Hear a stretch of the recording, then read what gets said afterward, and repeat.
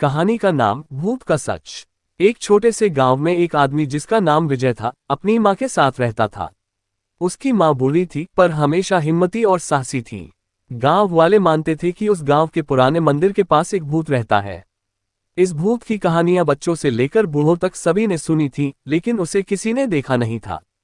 फिर भी सब डरते थे और मंदिर की ओर रात में जाने से कतराते थे। एक दिन विजय की माँ ने उसे मंदिर के पास से सूखी लकड़ियां लाने को कहा। पहले तो विजय हिचकिचाया, लेकिन अपनी माँ के लिए वो किसी भी डर का सामना करने को तैयार था। उसने खुद को हिम्मत दी और शाम को सूर्यास्त के समय वह मंदिर की ओर चल पड़ा। मंदिर के पास पहुंचते ही उसे अजीब सी ठंड महसूस हुई। अचानक पेड़ों के बीच से एक आवाज आई, विजय। विजय ठिठक गया। उसने चारों ओर देखा, लेकिन वहां कोई नजर नहीं आया। उसकी धड़कनें तेज हो गईं, पर उसने सोचा कि शायद यह उसका वहम है। उसने लकड़ियों को इकट्ठा करना शुरू किया। तभी सामने एक धुंधला सा परछाई उभरने लगी। विजय का दिल जैसे कांप गया। उस परछाई ने धीरे धीरे आदमी का आकार लेना शुरू कर दिया और एक भयानक आवाज में बोला, मुझे मुक्ति चाहिए। विजय कांपते हुए बोला, कौन हो तुम? मुझे क्यों डरा रहे हो? भूत ने कहा, मैं भी किसी जमाने में इस गांव का एक आदमी था, पर धोखे से मुझे मार दिया गया और मेरी आत्मा यहीं भटकती रही।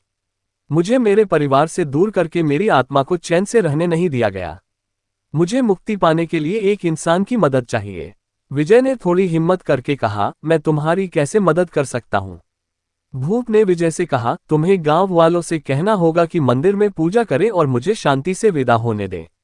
मैं अब यहाँ भटकते भटकते थक चुका हूँ। विजय ने उस भूत से वादा किया कि वह गांव वालों से बात करेगा।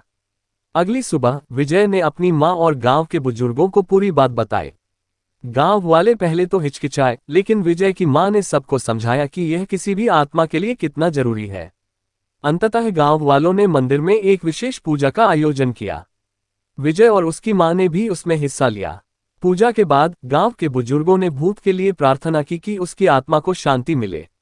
जैसे ही पूजा समाप्त हुई, एक ठंडी हवा मंदिर के चारों ओर बहने लगी और ऐसा लगा जैसे किसी ने विजय के कंधे पर हल्के से हाथ रखा हो। विजय को लगा जैसे भूत ने उसे धन्यवाद दिया हो। उस दिन के बाद उस मंदिर के पास किसी ने भी भूत की कोई आवाज नहीं सुनी। विजय और उसकी मां ने चैन की सांस ली और गांव वाले इस बात पर विश्वास करने लगे कि हर आत्मा को शांति से विदा करने का हक है। अंत।